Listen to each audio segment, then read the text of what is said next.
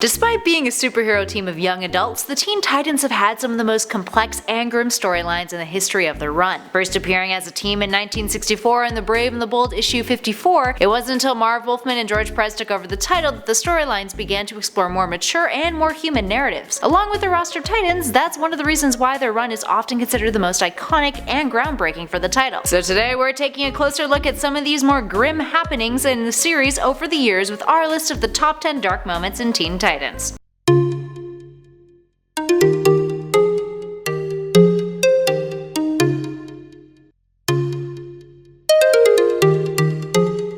Starting us off in at number 10, Donna Troy's marriage. Donna Troy was the fourth member to join the Teen Titans back in the day, but it wasn't until Marv Wolfman came along that she had a lot of detail added to her character, including an origin story and a name of her own. But while Donna Troy was a special character to Wolfman, he also did some pretty weird stuff with her, specifically the marriage between her and a much older dude by the name of Terry Long. She was 19 and he was 29, which isn't as bad as another weird older dude younger lady relationship that we'll be touching on later on in this list. Now in the new Teen Titans in 1980, Donna got romantically involved with Terry, who was just a professor that often lurked around the Titans Tower. They got married in Tales of the Teen Titans issue 50 in 1985, but the marriage really didn't work out all that well. It was later revealed that some fan theories were correct. Initially, Wolfman had wanted Donna and Dick Grayson to be a couple instead, hence why he had spent so much time developing their friendship during his run. That being said, Wolfman also said this at one point, I quote, "Frankly, I would have left her married to her hubby because I still think Terry was the best match for her. But since he was killed off without my input, I did plan to later get the D-Twins together." D-Twins. Yeah, no thanks. Moving on. We got some more Donna Troy at this number. In at 9, Killing Donna Troy's Baby. That's a grim title. After that whole getting hitched debacle, Donna ended up getting pregnant and had a baby with Terry named Robert. While she was preggers, a group of Titans from the future would show up and try to kill her, all in the scheme to prevent her unborn child from becoming a character known as Lord Chaos, who tormented civilization in their time. Also worth noting that one of these future Titans, Mirage, sexually assaulted Dick Grayson. She made him believe with her powers that he was having sex with Starfire, his girlfriend at the time. Except really it was Mirage, and everyone would later laugh about it, which was actually super awkward and really unfortunate for Dick. Anywho, luckily Donna and her unborn baby didn't get dead. The Titans worked together with the future Titans to defeat Lord Chaos, and Donna would have her son's powers removed by the Titans of Myth to ensure that Robert wouldn't grow up to become evil. Terry eventually ended their marriage with a divorce and a restraining order against her. Worst part of all of this is that the 3-year-old Robert would inevitably die anyways, getting into a car crash with Terry which would take both of their lives. The two would later reappear to haunt Donna during the Blackest Night story arc and were basically zombies, and Robert would try to take a big ol' bite out of his mother in the process. Ugh. Speaking of mothers, in at number 8,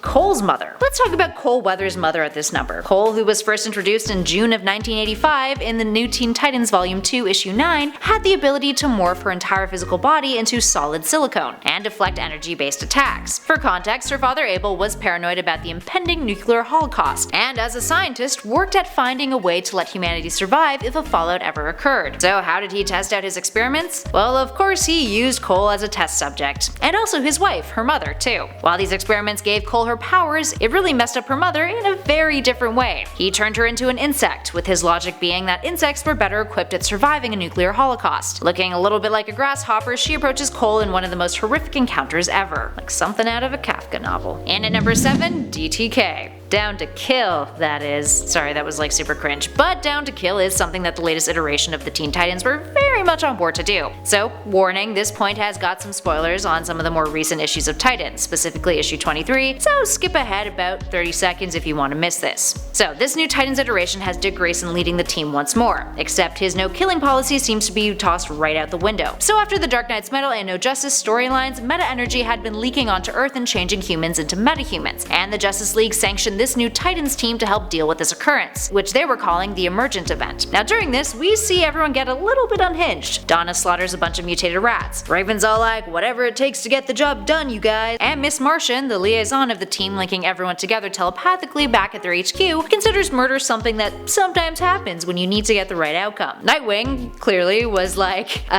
guys, what the hell? And argues about how they shouldn't be killing anyone else, because that's what separates them from the bad guys. Apparently it's heroic as far as they're concerned. And at number 6, Jerichos Death. Jericho, aka Joseph Wilson, is one of Deathstroke's children, and to say that his history is a little rough is perhaps an understatement. While he's constantly fluctuated between being sane and insane over the years, early on during his first run with the Titans, he was killed by his own father in a really gruesome way. So for context, Jericho had joined the Teen Titans after the Judas contract storyline. He was possessed later on by the souls of Azarath, which was tainted by the essence of the demon Trigon, who is Raven's father. More on him in a minute. The souls slowly began to corrupt Jericho, and in the Titans Hunt storyline, Jericho managed to resurface through his possessed self and beg his father Deathstroke to kill him, which Deathstroke did, his logic being that he wanted to spare his son from any more suffering. Deathstroke stabbed him through the chest in a rather unsettling full-page panel. It would later be revealed that Jericho's soul managed to live on by entering his father, with Jericho eventually returning with a brand new look. New body, new look.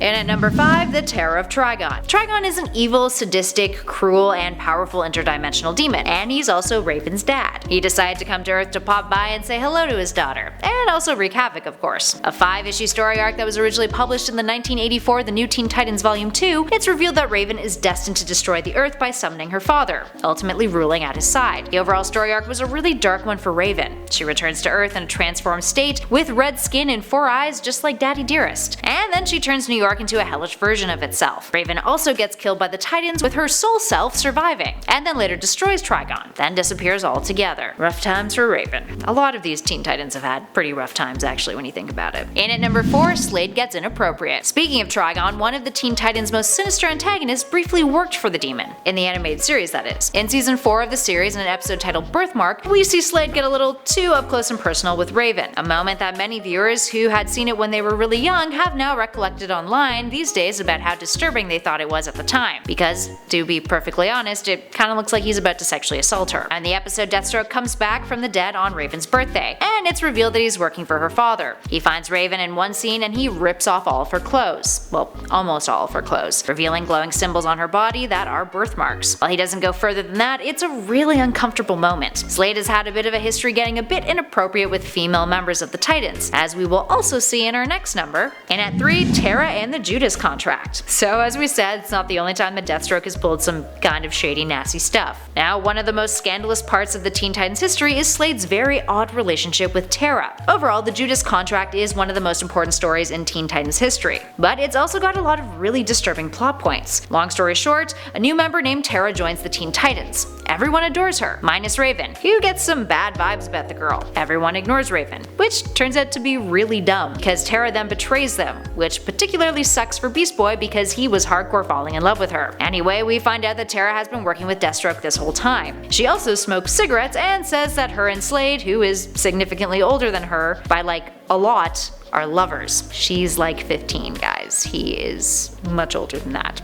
She's also really messed up, and notes that she just wants all of the Titans dead because the thought of them existing makes her sick. She's got a whole lot of anger problems, and because of that, when everything fails and the Titans become victorious, she ends up dying as a product of her own insanity. It's dark as hell. And at number 2, Starfires Past. Starfire has a really grim past. From the planet of Tamaran, Starfire was once next in line to become queen. Her older sister Blackfire, whom had developed many a bitter feeling towards her, was denied that opportunity since on the day of her birth, thousands of Tamaranians were murdered by the Citadel Empire, and the people saw her as a sign of bad luck. Blackfire would betray her people though, and formulated a scheme in which she went to the Citadel and Starfire was enslaved and abused for years, with Blackfire calling the shots. Talk about sadistic. One day the Scions showed up though and captured the two sisters, performing horrible experiments on them, which would result in their abilities with ultraviolet energy manipulation. Starfire managed to escape to Earth though, but years later Blackfire tracked her down, kidnapped her, and tried to resell her to the Citadel, and of course tortured her some more. This would result in an epic and quite brutal battle between the two, with Blackfire not afraid to resort to some pretty gruesome tactics in order to hurt her sister. Talk about a sibling rivalry.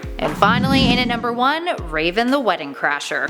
In the New Titans issue 100, readers witnessed a very special event go sour. The issue featured the wedding of Nightwing and Starfire, although Dick and Corey's big day just didn't go as planned. Raven at the time had been going through quite the internal struggle to remain good, having the blood of her demon father Trigon running through her veins. Now at the wedding, Raven decides to show up possessed by Trigon. Not really a decision actually, when you're possessed, you kinda do what your possessor wants. Anyway, right before Dick and Corey are pronounced man and wife, she interrupts and immediately murders the priest upon arrival, disintegrating him. It's all very dramatic. Then she grabs Starfire herself, makes out with her for a little bit, and then lets her go, saying, "Out of all the people I've taken so far, you were the one who pleasured me the most. Now we are truly sisters." But don't feel all that bad for Dick and Corey. Their decision to get hitched was a pretty spontaneous one, and it was pretty obvious that leading up to it, Dick had gotten cold feet. The two broke up later on down the line anyway, and besides, many a fan prefers to ship Grayson with Batgirl Barbara Gordon anyway. Alright, there we have it, friends. What other dark moments come to mind for you when you think of the Teen Titans? Let us know your picks in those comments below. If you dug this video, show us some love, hit that like button, and don't forget to subscribe to Top 10 Nerd for more Teen Titans, from lists to theories to much more. Thanks for watching, everybody. I'll catch you all in the next video.